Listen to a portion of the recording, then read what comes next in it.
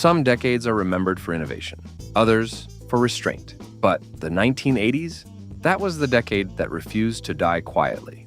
While the world thought American muscle was finished, strangled by emissions laws and insurance premiums, a handful of engineers kept the fire burning. These weren't the giants of 1969.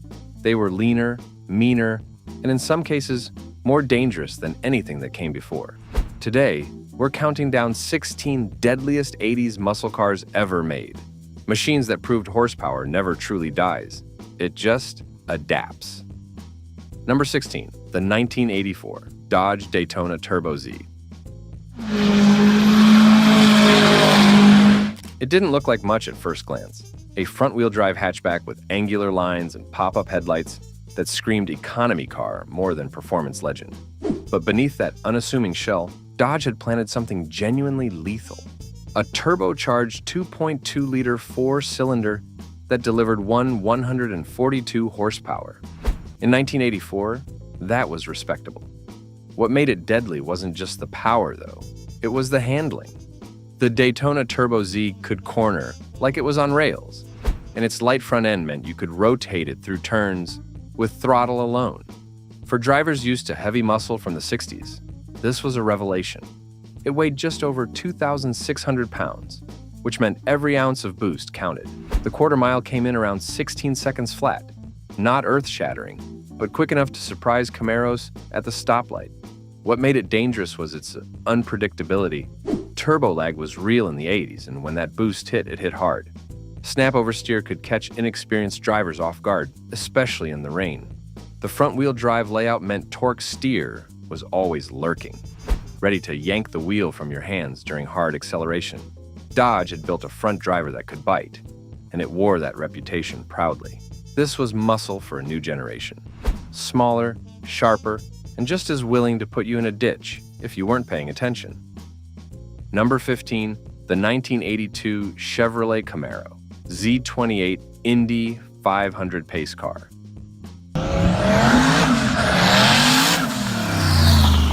Chevrolet knew how to make an entrance. When they were selected to pace the 1982 Indianapolis 500, they didn't just slap some decals on a base model and call it done. They built a limited edition Z28 with graphics that screamed speed, even when it was standing still. Silver and blue stripes wrapped the body, and those iconic hockey stick decals ran down the sides like racing stripes from a different dimension. Under the hood sat the venerable 5.0-liter V8, pushing out 165 horsepower through a 4-barrel carburetor. By modern standards, that sounds tame. But in 1982, when the average family sedan was wheezing out 90 horses, this was a war machine. The Crossfire fuel injection system would arrive later, but this carbureted beast had character. A lumpy idle, a growl that rattled windows, and a torque curve that could spin those rear tires from a dead stop all the way through second gear. The real danger here wasn't just the power, it was the chassis. Chevy had dialed in the suspension for performance, which meant it was stiff, responsive, and absolutely unforgiving. Hit a bump mid-corner, and the rear end could step out without warning. The steering was quick for the era, but that meant overcorrections happened fast. Add in rear-wheel drive, bias-ply tires if you were running period-correct rubber, and a dose of youthful overconfidence, and you had a recipe for disaster. This wasn't a muscle car that forgave mistakes. It punished them. Number 14, the 1983 Ford Mustang GT. Ford brought the Fox body Mustang back from the dead in 1983, and they did it with attitude. The GT model came equipped with a 5.0-liter V8 that produced 175 horsepower. Not a lot by classic muscle standards, but enough to make the lightweight Fox chassis come alive. This was the year Ford started to remember what performance meant. The car weighed just over 3,000 pounds, which gave it a power-to-weight ratio that felt genuinely aggressive. Quarter-mile times hovered around the high 15-second range, which made it competitive with nearly anything else on American roads at the time. But the real story was the handling. Ford had stiffened the suspension, added front and rear sway bars, and bolted on some genuinely sticky, Goodyear Eagle GT tires. This thing could corner. The problem was that it could also snap.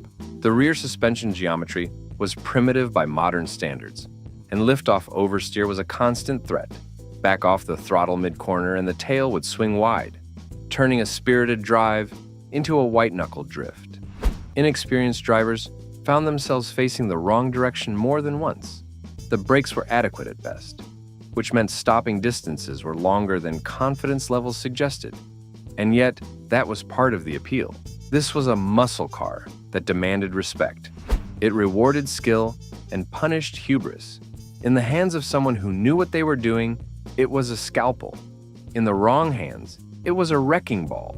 The Fox body became a cult classic, precisely because it was so unforgiving, so raw, so willing to remind you that driving fast requires more than just a heavy right foot. Number 13, the 1985 Pontiac Trans Am. The third-generation Trans Am arrived in 1982, but by 1985, Pontiac had refined it into something truly menacing. The standard engine was still the 5.0-liter V8, but now it was making closer to 200 horsepower, thanks to tuned port fuel injection. That might not sound like much, but in a car that weighed around 3,200 pounds and had the aerodynamics of a fighter jet, it was enough. The Trans Am could hit 60 miles per hour in just under 7 seconds, and the quarter mile came in around 15.5 seconds. For the mid-80s, that was genuinely quick. But speed wasn't what made this car deadly. It was the mystique. Drivers who climbed behind the wheel thought they were piloting KITT from Knight Rider, or channeling Burt Reynolds in Smokey and the Bandit. That confidence often exceeded their actual driving ability. The Trans Am had a low, wide stance that inspired aggressive cornering, but the chassis wasn't quite as planted as it looked. The rear end could break loose without much provocation, especially on cold tires or damp pavement. And once it started to slide, correcting it required finesse and quick hands. The steering was responsive but not communicative. You didn't always feel what the front tires were doing until it was too late. Add in the fact that many of these cars were driven by younger buyers who saw them as invincible, and you had a combination that led to more than a few guardrail encounters. This was a car that looked fast sitting still, and that made people forget that looking fast and being controllable weren't always the same thing. Number 12, the 1987 Buick GNX.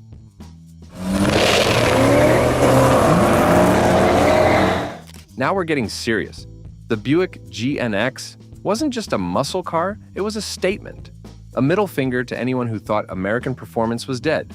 Buick took their already menacing Grand National and turned it into something that could embarrass Corvettes and Porsches without breaking a sweat.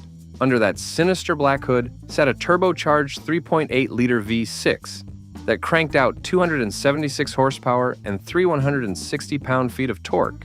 Those were factory numbers, and everyone knew they were conservative. Independent testing showed the GNX was making closer to 300 horses at the crank. It could blast from 0 to 60 in under 5 seconds and run the quarter mile in the mid-13s. In 1987, that was Ferrari territory. What made it deadly was the power delivery. This wasn't a smooth, linear rush. It was a violent surge. The turbo would spool up and then, boom, you were shoved back into the seat like you'd been rear-ended by a freight train. The rear tires would light up even with traction control, doing its best to keep things civil. And because this was based on a mid-sized sedan platform, the chassis wasn't exactly designed for this kind of punishment. The steering was numb, the brakes were adequate at best, and the suspension was tuned for straight-line speed more than cornering finesse. Get on the power too early coming out of a turn, and the rear end would step out, sending you into an unplanned drift. The GNX demanded respect. It was fast, furious, and unforgiving. Only 547 were built, which made them instant collectibles. But it also meant that every time one left the showroom, there was a decent chance it would end up wrapped around something solid. The all-black paint scheme added to the intimidation factor. This car looked like it belonged in a villain's garage, and it drove like it too. Number 11, the 1989 Chevrolet Camaro IROCZ. The IROCZ was the poster child of late 80s excess. It had ground effects, hood louvers, aggressive wheels, and a name that came from the International Race of Champions series. This wasn't a subtle car, it was a rolling declaration of intent. The top engine option was the 5.7-liter V8, pushing out 240 horsepower and 345 pound-feet of torque. That was enough to make the IROCZ genuinely quick. 0 to 60 came in just over 6 seconds, and the quarter-mile passed in the low 15s. For 1989, that was serious performance. The handling was also surprisingly good. Chevy had tuned the suspension to be both comfortable and capable, which meant you could carve corners with confidence. But here's where it got dangerous. The IROCZ looked so good that people forgot it still had limitations. The rear suspension used a solid axle, which meant it could hop and skip under hard acceleration or over uneven pavement. Mid-corner bumps could unsettle the whole car, and if you were already pushing the limits, that could send you sideways in a hurry. The brakes were better than earlier models, but still not up to the task of repeatedly hauling this 3,300-pound beast down from triple-digit speeds. Fade was real, and more than one track day ended with boiling brake fluid and a long, terrifying runoff into the grass. The real danger, though, was the culture. The IROCZ became a symbol of speed, of style, of a certain kind of 80s attitude, and that meant it attracted drivers who wanted to live up to the image, even if their skills didn't match their ambitions. It was a car that rewarded talent and exposed pretenders. The combination of genuine capability and widespread appeal meant these cars were everywhere, and that meant they were crashed everywhere too. Number 10, the 1986 Pontiac Firebird Trans Am. By 1986, Pontiac had perfected the third-generation Firebird formula. The Trans Am wore its aggression on its sleeve, bold graphics, a ground-hugging stance, and a front end that looked like it wanted to devour the road. Under the hood, the top engine was the tuned port-injected 5.0-liter V8, making around 210 horsepower. That might not sound apocalyptic, but in a car that weighed just over 3,200 pounds, it was more than enough to get into trouble. The Trans Am could hit 60 in around 7 seconds and run the quarter in the mid-15s. More importantly, it handled. Pontiac had tuned the suspension to be sharp and responsive, with limited body roll and surprisingly good grip. The WS6 performance package added even more capability, with stiffer springs and specially tuned dampers that made the car feel like it was glued to the road. But that confidence came at a cost. The car was tail-happy. The rear suspension geometry meant that throttle inputs mid-corner could quickly overwhelm the rear tires, especially if they were worn or if the pavement was anything less than perfect. Lift-off oversteer was a constant threat, and the steering, while quick, didn't always communicate what was happening at the front axle until it was too late. The brakes were also a weak point. They were adequate for normal driving, but not up to the task of hard, repeated stops. Fade set in quickly, and that meant stopping distances grew alarmingly long after a few aggressive runs. What made this car deadly wasn't just its capabilities. It was the way it made you feel. Sit behind that steering wheel, fire up that V8, and you felt invincible. And that feeling led to a lot of bad decisions on back roads and highway on-ramps across America. Number 9, the 1985 Chevrolet Monte Carlo SS. Chevrolet took their dowdy Monte Carlo and turned it into something menacing with the SS package. It was a strange choice, a two-door coupe with a formal roofline, dressed up with ground effects, bucket seats, and a 5.0-liter V8 under the hood. The engine made 180 horsepower, which doesn't sound like much, but the Monte Carlo SS wasn't about brute force. It was about presence. This was NASCAR homologation made street legal.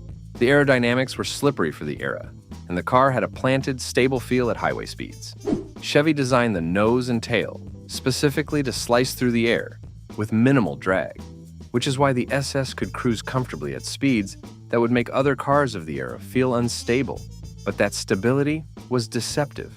The Monte Carlo SS was built on a rear-wheel drive platform with a live rear axle, and that meant it could get squirrely in a hurry if you weren't careful. The weight distribution was nose-heavy, which made the front end plow in tight corners. But get on the throttle too early and the rear would break loose, turning understeer into oversteer in the blink of an eye. The steering was slow and vague, which meant corrections had to be made early and with authority. Wait too long and you'd be along for the ride. The brakes were also marginal, especially for a car that weighed over 3,500 pounds. Stopping distances were long, and fade was a real concern on any kind of spirited drive. What made the Monte Carlo SS deadly was the disconnect between expectation and reality. It looked like a race car, and Chevy marketed it as one, but it was still a heavy, front-heavy coupe that required skill and respect to drive quickly. A lot of people learned that lesson the hard way, discovering that NASCAR looks and NASCAR handling are two very different things. Number 8, the 1989 Ford Mustang GT. By the end of the decade, Ford had turned the Fox body Mustang into a genuinely formidable machine. The 1989 GT came with a 5.0-liter V8 that produced 225 horsepower and 300 pound-feet of torque. That was a significant jump from earlier models, and it showed. The Mustang could now hit 60 in under 6 seconds and run the quarter mile in the mid-14s. For 1989, that was legitimately fast. The handling had also improved. Ford had stiffened the chassis, upgraded the brakes, and fitted wider tires. The result was a car that could corner hard and brake late, but it was still a Fox body, which meant it still had quirks. The rear suspension was a live axle with 4 links, and it could hop and skip under hard acceleration or over rough pavement. Mid-corner bumps could unsettle the entire rear end, sending the car into a sudden, unplanned drift.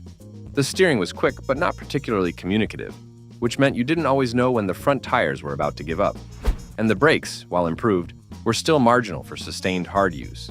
Track days often ended with warped rotors and smoking pads. What made the 89 GT deadly was its accessibility. It was relatively affordable, easy to modify, and fast enough to make inexperienced drivers feel like heroes. That combination led to a lot of overconfidence and even more crashed Mustangs. This was a car that rewarded smooth inputs and punished aggression, but it looked so good and sounded so mean that people often forgot that part. The aftermarket support was incredible even back then, which meant young drivers could bolt on more power before they'd learn to handle what they already had. Number 7, the 1988 Chevrolet Camaro IROC Z with 5.7-liter V8.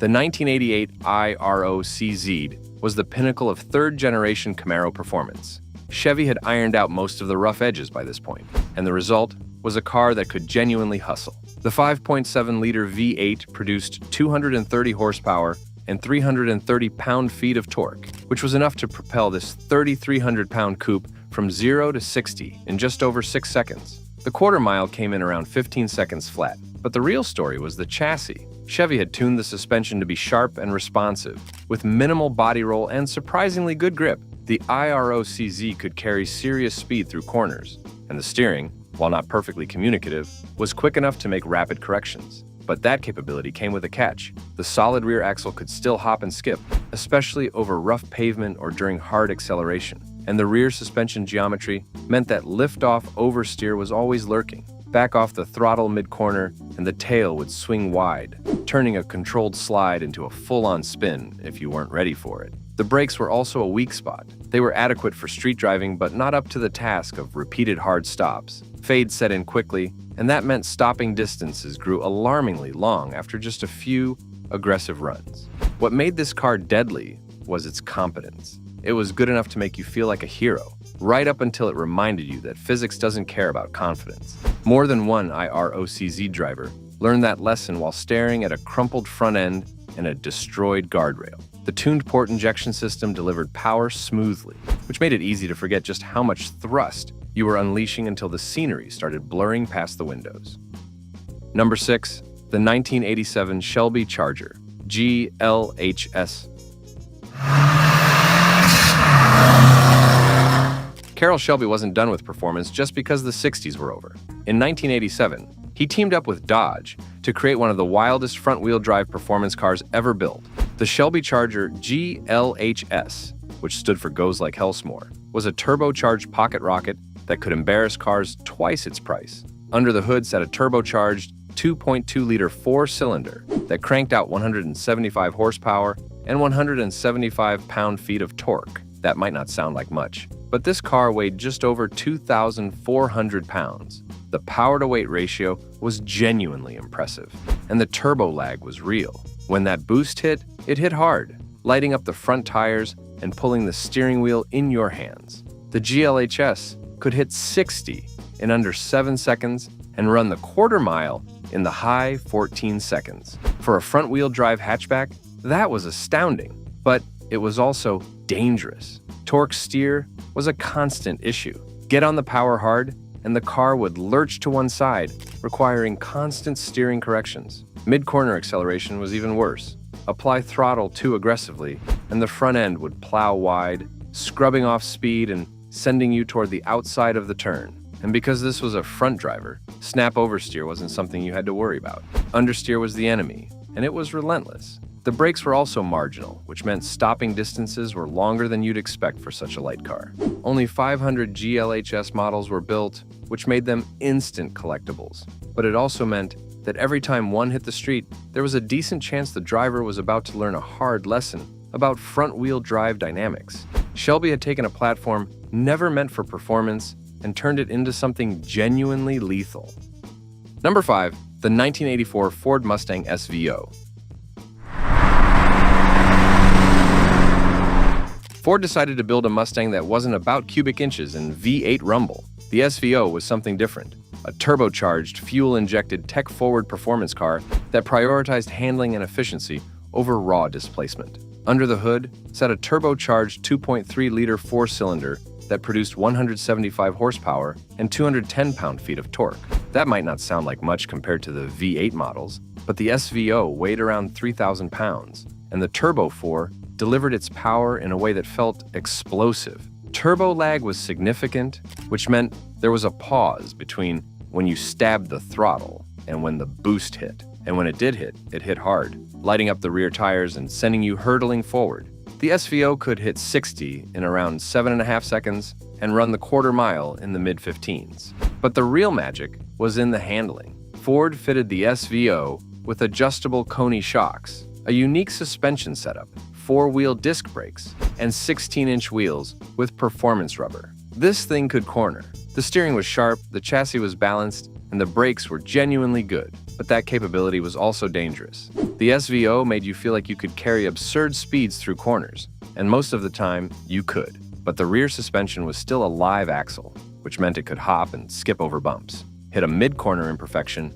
and the rear end could step out without warning, turning a controlled slide into a white-knuckle moment. The SVO demanded respect. It rewarded smooth, deliberate inputs and punished ham-fisted aggression. And because it looked so understated, no flashy graphics, no hood scoops, a lot of people underestimated it. That was a mistake. The SVO was a thinking man's muscle car, and it separated the skilled from the lucky with brutal efficiency. Number 4, the 1989 Pontiac Firebird Trans Am GTA. The GTA was Pontiac's answer to the question, what if we took the Trans Am and made it even more extreme? The result was a car that combined serious power with genuinely impressive handling.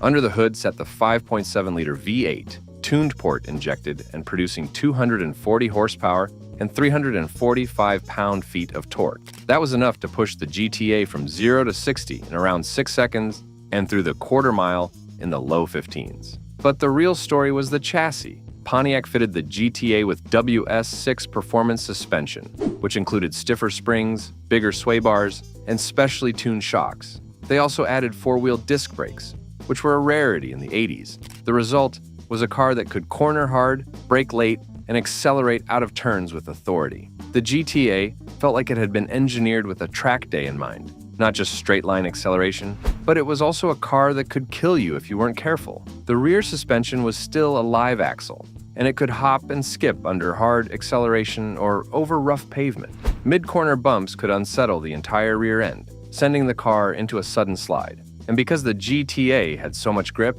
when it finally let go, it let go suddenly. There was no gentle progression from grip to slip, just a sudden transition that required lightning-fast reflexes to catch. The brakes, while good, could still fade under hard, repeated use, and the steering, though responsive, didn't always communicate what was happening at the front axle. What made the GTA deadly was its competence. It was good enough to make you believe you were invincible, right up until it reminded you that you weren't. This was a car that demanded respect, skill, and humility. Forget any of those, and you were in trouble. The GTA represented the pinnacle of what Pontiac could squeeze from the F-body platform, and it was glorious and terrifying in equal measure. Number 3, the 1987 Buick Regal Grand National.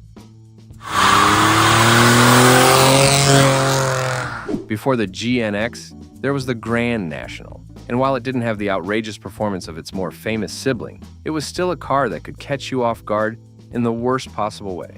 The Grand National came with a turbocharged 3.8-liter V6 that produced 245 horsepower and 355 pound-feet of torque. That was enough to propel this 3,500-pound coupe from 0 to 60 in under 7 seconds and through the quarter mile in the mid-14s. For 1987, that was legitimately quick, but the power delivery was the real story. The turbo would spool up and then wham! You'd be shoved back into the seat like someone had just lit the afterburners. The rear tires would break loose, the back end would step out, and suddenly you were in a drift whether you wanted to be or not. The chassis wasn't built for this kind of punishment. The Grand National was based on a mid-sized sedan platform, which meant the steering was slow and vague, the suspension was soft, and the brakes were marginal at best. The rear suspension used a solid axle with coil springs, which meant it could hop and skip under hard acceleration. And because the car was nose-heavy, the weight transfer under braking was dramatic, making it easy to lock up the front wheels and plow straight into whatever you were trying to avoid.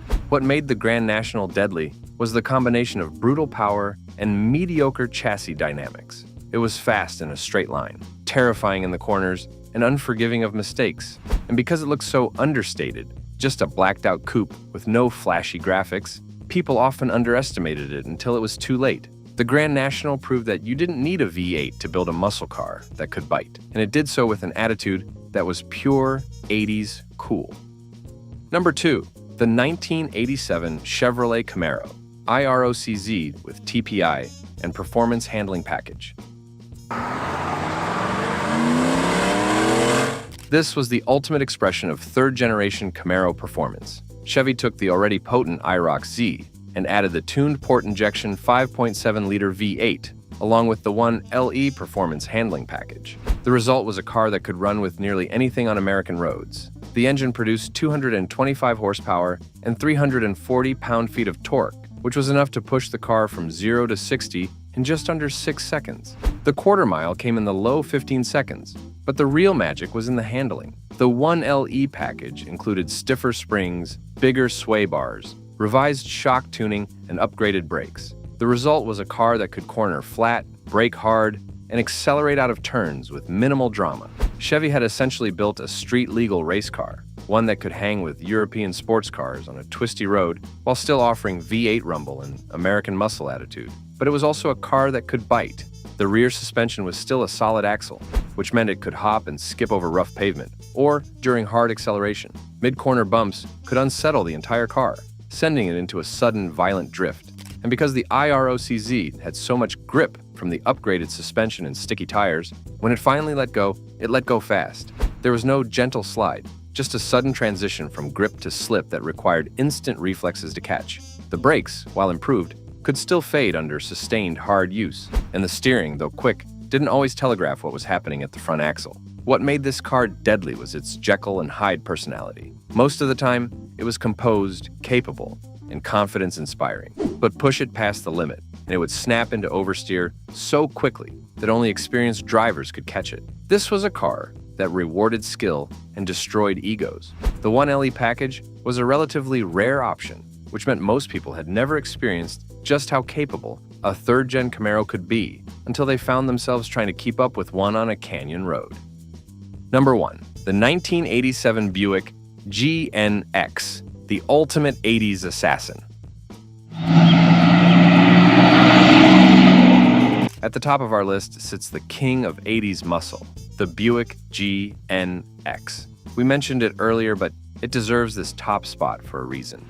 This wasn't just a fast car, it was a statement. A middle finger to everyone who said American performance was dead. Buick took their already menacing Grand National, handed it over to McLaren Performance Technologies and ASC, and told them to build something apocalyptic. What they created was a car that could humble Corvettes, embarrass Porsches, and rewrite the rules of what a muscle car could be.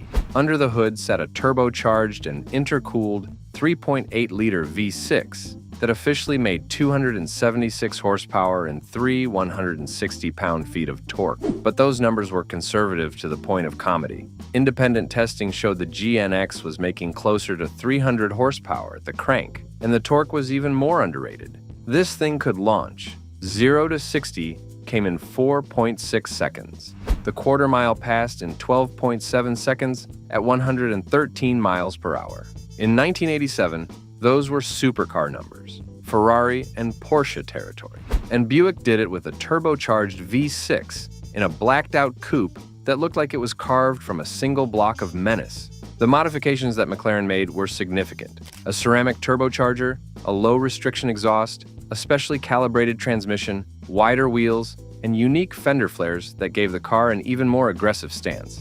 But the speed was only part of the story. What made the GNX truly deadly was the way it delivered that power. The turbo lag was real, a brief pause where nothing happened, and then the boost would hit like a freight train. The rear tires would light up, the back end would step out, and you'd be fighting the steering wheel just to keep the car pointed straight. The chassis wasn't designed for this kind of punishment. The steering was numb and slow, the suspension was soft, and the brakes were barely adequate. This was a car built to go fast in a straight line, not carve corners. Get on the power mid-turn, and the rear end would break loose, sending you into an unplanned drift that required real skill to catch. The weight distribution was nose-heavy, which made the front end plow in tight corners. But get the tail out, and suddenly you had a rear-drive drift machine that demanded total commitment. The brakes were the real weak point. They were adequate for street driving, but absolutely not up to the task of repeatedly hauling this 3,700-pound beast down from triple-digit speeds. Fades set in quickly, and stopping distances